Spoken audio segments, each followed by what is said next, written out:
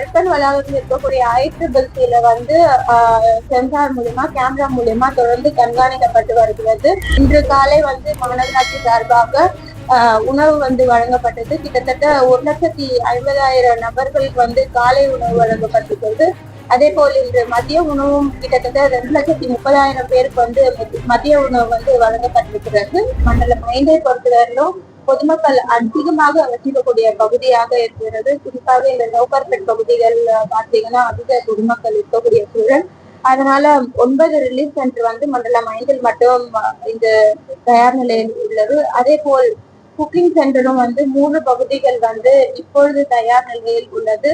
வரக்கூடிய நாட்களில் வந்து மழை அதிகமா இருக்கக்கூடிய சூழல் இருந்தால் தேவையின் அடிப்படையில வந்து வார்டு வாரியாக வந்து சமையல் கூடம் அமைக்கப்பட வேண்டும் என்று இந்த கூட்டத்தின் மூலமாக அறிவுறுத்தப்பட்டிருக்கிறது. இந்த பகுதிகள் வந்து முற்றிலுமாக டீசல் பணிகள் வந்து நிறைவேற்றப்பட்டிருக்கு.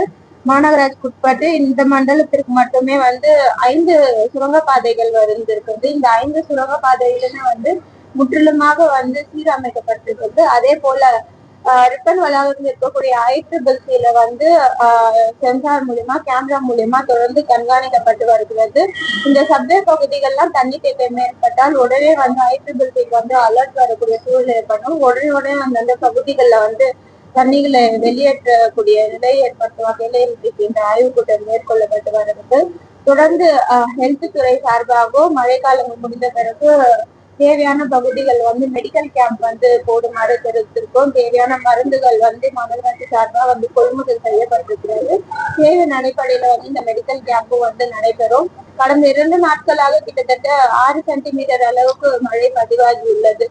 அதற்காக மாண்பு துணை முதலமைச்சர் அவர்களும் நேரடியாக ஒவ்வொரு பகுதியாக சென்று ஆய்வினை மேற்கொண்டிருக்கிறார்கள். இன்று காலை வந்து மாநகராட்சி சார்பாக உணவு வந்து வழங்கப்பட்டது. கிட்டத்தட்ட 1,50,000 நபர்களுக்கு வந்து காலை உணவு வழங்கப்பட்டிருக்கிறது. அதே போல் இன்று மதிய உணவும் கிட்டத்தட்ட 2,30,000 பேருக்கு வந்து மதிய உணவு வந்து வழங்கப்பட்டிருக்கிறது. இத்துடன் மழை இல்லை அப்படின்றது வானிலை மையம் மூலியமாக தெரிவிக்கப்பட்டிருக்கு. வரக்கூடிய 25ஆம் தேதி மீண்டும் மழை இருக்கும் அப்படின்றத தெரிவித்திருக்கிறாங்க. வரக்கூடிய மழையை பொறுத்து அனைத்து முன்னெச்சரிக்கை நடவடிக்கைகளும் மாநகராட்சி சார்பாக இன்றைக்கு மேற்கொள்ளப்பட்டிருக்கு. அது மாண்புமிகு இந்து சமய அறநிலைத்துறை அமைச்சர் தலைமையிலே ஆய்வுக் கூட்டம் இன்றைக்கு நடைபெற்றது.